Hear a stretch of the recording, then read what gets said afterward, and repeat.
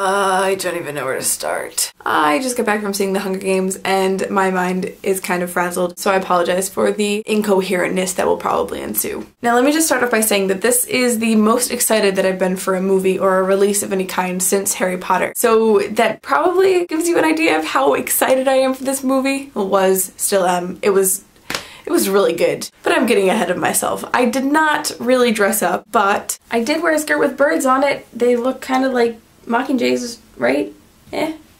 Close enough. Let me just say that I went into this movie with pretty high expectations because after seeing the trailers, the clips, the interviews, the everything, the extreme hype that was going around about this movie, I was really expecting it to be very, very, very, very, very good. And I wasn't disappointed. It was an emotional roller coaster. I think that's a good way of describing it. And just throwing this out there, you should read the book or see the movie before you watch this because spoilers are happening. Just letting you know. So back to the emotions. This movie was extremely fast-paced and because of that it made it so much more emotional. For instance, Rue died and I was sobbing and it was not pretty and it was just beautiful at the same time and horribly sad and just so many, like, a rush of these crazy things are going through my head and it's just so many feelings. But then right after that is the cave scene that our lovely Josh Hutcherson here has been talking about in every single interview that he gives. And so my Everlark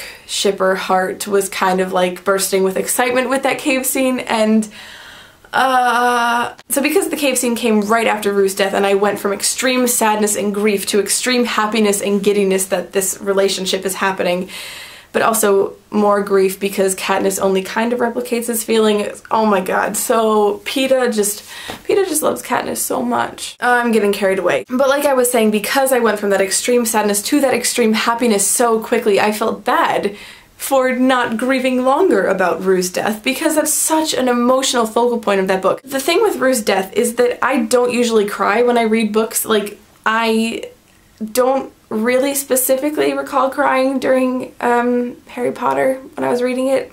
I wanted to, like, tons of times, but it just didn't happen. But of course, when I saw the movies, I was a mess. I guess I'm more of a visual person that way? I don't really know. But anyway, with Rue's death, I was sobbing when I was reading that part, and I was sobbing when it was happening on screen in front of me, and then I just got so happy and I almost started crying during the cave scene, but for completely different reasons and just, oh my god. So if you've seen the movie or read the book, you'll know that Katniss and the 23 other tributes are thrown into an arena that is partially a forest. And as a hunter, Katniss feels most comfortable in this forest, and so most of the movie while they were in the games took place in the forest. And one thing that occurred to me during the movie was how much it looked like the forests around my house and where I live in New York. And the first thing I thought when I thought this was, oh my gosh, this is so cool. So like the next time I go up to the lake with my family, I can be like, oh my god, this is just like in the Hunger Games, it's so cool, oh my gosh. But then I realized how absolutely horrible that was. One of my favorite quotes from the book is when Cinna says, "How despicable we must seem to you," referring to we as the people of the capital, you being Katniss and the people of the districts, and just how incredibly ridiculous they must seem because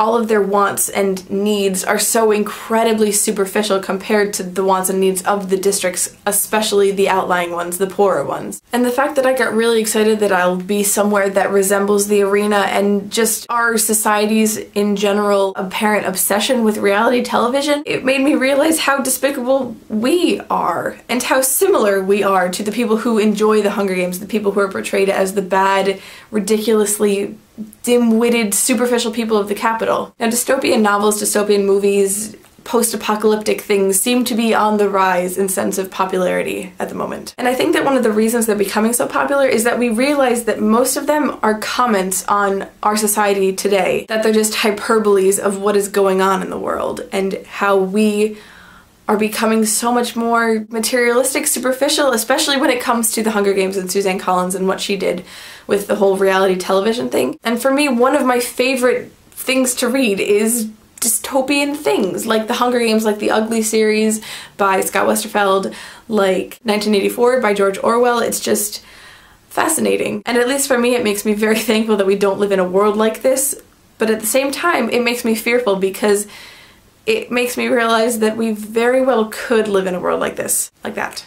that is portrayed in the Hunger Games. Such incoherency. But nonetheless, this is getting really long, and you should just see the Hunger Games and read it and everything, and it's really good. I recommend it. And also, I mean, I've been a Josh Hutcherson fangirl since at least the beginning of high school, so seeing him in this role is pretty awesome. But anyway, I hope that you get a chance to see the Hunger Games and at least read the book and just enjoy it. I'm gonna go because it's after midnight. I literally just got back from seeing this movie.